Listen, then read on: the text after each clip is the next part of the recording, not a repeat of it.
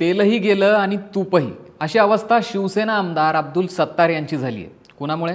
तर आपल्याच पक्षातल्या महिला आमदार संजना जाधव यांच्यामुळे. संजना जाधवांमुळे सत्तारांना मोठा धक्का बसलाय. नेमकं काय झालं?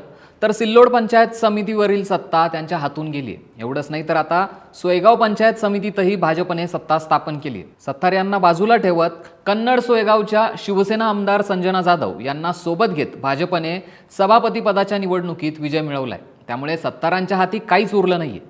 संजना जाधव यांनी भाजपला का साथ दिली हेच या व्हिडिओतनं तुम्हाला सांगतो. छत्रपती संभाजीनगरमध्ये जिल्हा परिषद आणि पंचायत समिती निवडणुकीत शिवसेना भाजप युती झाली होती. निवडणुकीत ही युती कागदपत्रावरचीच ठरली होती.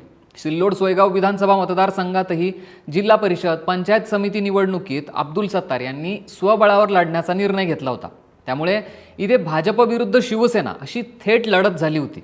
यामध्ये जिल्हा परिषदेच्या गटात अब्दुल सत्तार यांची सरशी झाली. पण सिल्लोड आणि सोयगाव या दोन्ही पंचायत समित्या त्यांच्या हातून निसटल्या. सिल्लोडमध्ये 18 पैकी 10 जागेवर भाजपने विजय मिळवला, तर शिवसेनेला फक्त 8 जागा जिंकता आल्या.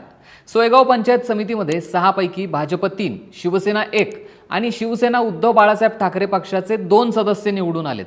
गोंदेगाव गणातून निवडून आलेल्या शिवसेनेच्या एकमेव सदस्या गयाबाई गोविंद घोडे आमदार संजना जाधव समर्थक मानल्या जातात. त्यामुळे स्वबळावर लढण्याची खुमखुमी दाखवणाऱ्या सत्तार यांना बाजूला ठेवत भाजपने सोयगावमध्ये सत्ता स्थापन केली. सभापतीपद भाजपचे उत्तम महारू चव्हाण यांना, तर उपसभापती म्हणून गयाबाई गोविंद घोडे यांची निवड झाली आहे. खरं तर संजना जाधव या भाजप नेते रावसाहेब दानवे यांच्या कन्या आहेत.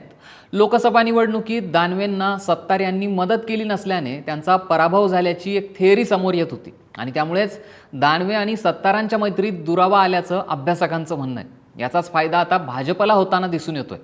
सोयगाव पंचायत समितीच्या सभापती आणि उपसभापती निवडणुकीत आमदार अब्दुल सत्तार चमत्कार करणार अशा चर्चा गेल्या काही दिवसांपासून सुरू होत्या.